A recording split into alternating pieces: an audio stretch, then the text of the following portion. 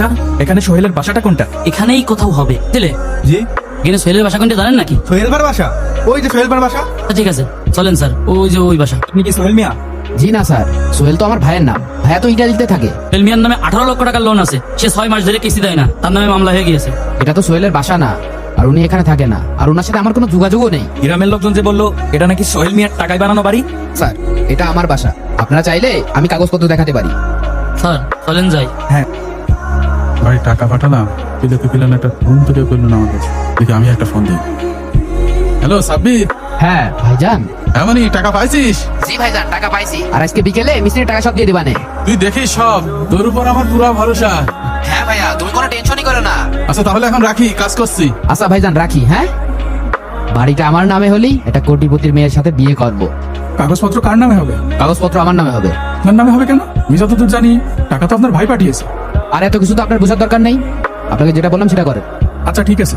আশেপাশে তো কেউ নেই, এই ফাঁকে একটু মনির কাছে ফোন দিই। এখন আবার কি দেওয়া ফোন দিল? হ্যাঁ আব্বা হ্যালো সোহেল, একটা কথা শোন মনি। বলো। আজকে বাসায় পুলিশ আসছিল, সাথে ব্যাংকের লোক আইলো, তোর নামে নাকি 18 লক্ষ টাকা লোন করা। কিন্তু আমি তো কোনো লোন নিইনি আব্বা। আমি জানি মনি, তুই এর মধ্যে নেই। আর একটা কথা শোন, তোর ছোট ভাই বাড়ি ওর নামে লিখে নিয়েছে। হ্যাঁ, 4 বছরে 75 লাখ টাকা দিয়েছি, হাফ শেষ করে ফেলেছে। হ্যাঁ, আমাকে হুমকি দেয়। আমার তো মন মানে না, তোর কষ্টের টাকা মনি। আব্বা, সাব্বির যখন পুলিশের কাছে বললো এটা ওর বাড়ি, তখন আপনি কিছু বলেননি? মনি আমি কি কব, কিছু কলি আমার তোর মার ধরে মারি। আচ্ছা আব্বা রাখছি। বিদেশ থেকে আমি এত কষ্ট করে টাকা ইনকাম করে দেশে পাঠাই, আর আমার আপন ভাই হয়ে আমার সাথে এরকম বিশ্বাসঘাতকতা করতে গেল। হ্যাঁ সাব্বির, তোর কাছে আমার একটা প্রশ্ন আছে। হ্যাঁ ভাইজান বলেন।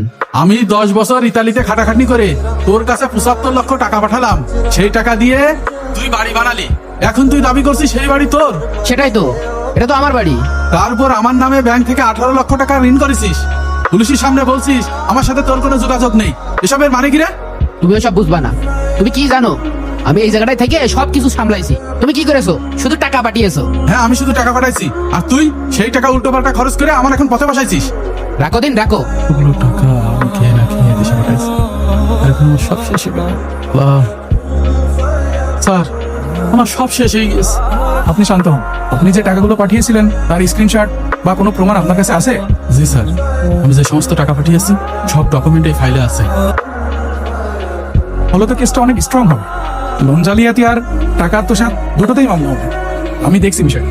জি স্যার, বিষয়টা একটু ভালো করে দেখেন। আসি, আসসালামু আলাইকুম। ওয়ালাইকুম আসসালাম। প্রতি বছর হাজার হাজার প্রবাসী নিজের পরিবারের কাছেই প্রতারিত হয়। তাই ইসলাম বলে বিশ্বাস রাখো কিন্তু লিখে রাখো।